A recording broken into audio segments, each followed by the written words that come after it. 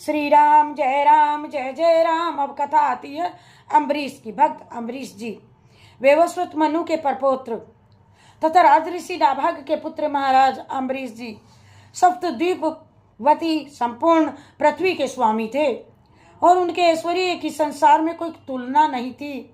कोई दरिद्र मनुष्य भोगों के अभाव में वैराग्यवान बन गया, ये तो सरल है, किंतु धन दौलत होने पर भी विलास भोग की पूरी सामग्री प्राप्त रहते वैराग्यवान होना, विषयों से दूर रहना महापुरुषों के ही वंश का है और ये भगवान की कृपा से ही होता है। थोड़ी संपत्ति और साधारण अधिकार भी मनुष्य को मंद में अंधा बना देता है, किंतु जो भाग्यवान शरण दीन बंधु भगवान के चरणों का आश्रय ले लेते हैं, जो उन मायापति श्री हरि की रूप माधुरी का सुस्वादन प्राप्त करते हैं, पा लेते हैं सुधा स्वाद, माया की मादकता उन्हें रूखी लगती है। मोहन की मोहिनी जिनके प्राण मोहित कर देती है, माया का ओछापन उन्हें लुभाने में असमर्थ हो जाता है। वे तो जल में कमल की भांति संपत्ति एवं ऐश्वर्य के मध्य भी निर्लिप्त ही रहते हैं।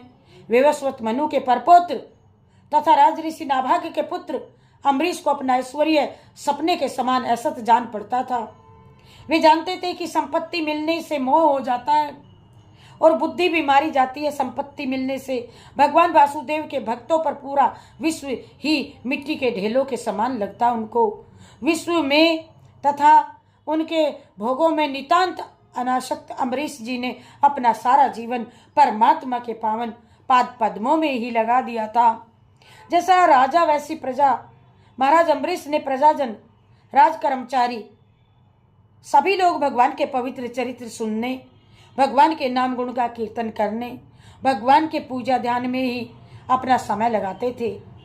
भक्तवत्सल भगवान ने देखा कि मेरे ये भक्त तो मेरे चिंतन में सदैव लगे रहते हैं, तो भक्तों की योगक्षेम की रक्षा करने वाले प्रभु ने अपने सुदर्शन चक्र को अम्बरीश तथा उनके राज्य की रक्षा में नियुक्त चक्र को कर दिया।